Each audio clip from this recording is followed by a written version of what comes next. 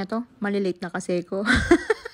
At ate, hindi ka magbabas. Mag-iibay ka lang papunta sa school mo. And for today's video, ito naman ang i-share ko. Ang buhay ni Lausher sa countryside. Yes, nasa countryside pero parang hindi naman siya ganun ka-countryside. Basta ganun. Ito pala yung flower farm nung nakaraan sa post ko. Ayan na siya ngayon. After ng flower, rice naman ang yung flower na nandyan dati, nandyan pa rin sa lupa. Ginawa nilang fertilizer. Nakaisip, no? Nasa rural area man ako, pero high-tech naman sila para dito. sa akin na high-tech na to. Kasi ganito na sila magtanim ng palay. Kaya mabilis lang din talaga yung trabaho. Like, pagpasok ko ng umaga, super blanco pa yung field. Pero pag uwi ko ng 4 p.m., ayan, lahat na may tanim. So, sobrang bilis. Ito nga, tumubo na. Char lang. Hindi naman kasi lahat sila sabay-sabay ng patanim. Merong nauna na. Meron naman na after ng winter vacation, tsaka lang sila nagsimulang magtanim. Naka-e-bike pala ako kasi may oras lang yung mga bus at dito. yung oras, ate, sobrang aga.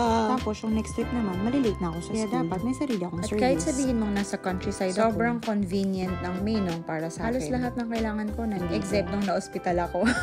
Sa kabilang bayan pa nila ako dinala. Dito pala sa district namin, libre lang yung tubig. yung tap water. Kaya lang hard water siya. So, hindi siya pwede gamitin panluto. Kaya ito, yung turo sa akin ng mga kasama kong vet ang dito. magigib. Kaya everyday, ganito yung ginagawa ko. Actually, hindi lang naman ako yung gumagawa Pati yung nito. mga kasama kong local teachers, nakikita ko, kumukuha din sila ng tubig sa school. Ate, ang laking tipid. Practicality and TPDT. Feeling ko din, mas mababa yung presyo ng mga paninda dito. Kasi nga, own harvest ng mga farmers, tapos pinibenta sa local market. Minsan nga, may nakikita pa ako ditong mga tumpok-tumpok. Mas mura siya kaysa sa grocery. Pero alam nyo ba, nung bago ko dito, excited pa naman akong gumayak ng alas 4 para mamalengke. Ate, pagdating ko dito, sarado.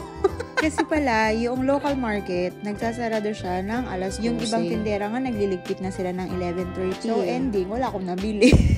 At alam nyo ba, kagandahan din na nasa countryside ako. Kaya kong pagkasyahin ang 2,000 NTD. Food allowance ng isang buwan. Yes, ate, yan na yung nagagastos ko dito. I mean, yan lang yung nagagastos ko para sa food allowance. By the way, everyday dinner and food for weekends ko na yan. Kasi nga, yung lunch ko sa school naman. Usapang school naman. Normal na lang sa amin dito ang dalawang schools. I mean, magtuturo ka sa dalawang schools. Pero sa case naman dito sa district convenient namin, pa rin naman ang schedule. Like, may araw na nasa main school Tapos, yung ibang araw, nasa joint school ka naman. Konti lang kasi yung estudyante namin. At pakonti sila ng pakonti.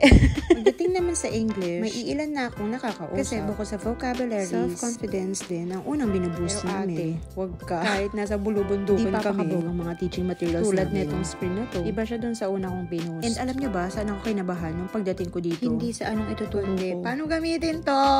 May VR kit pa nga pinapahiram sa akin na hanggang ngayon, di ko pa na-figure out paano gamitin. Share ko lang. Bye!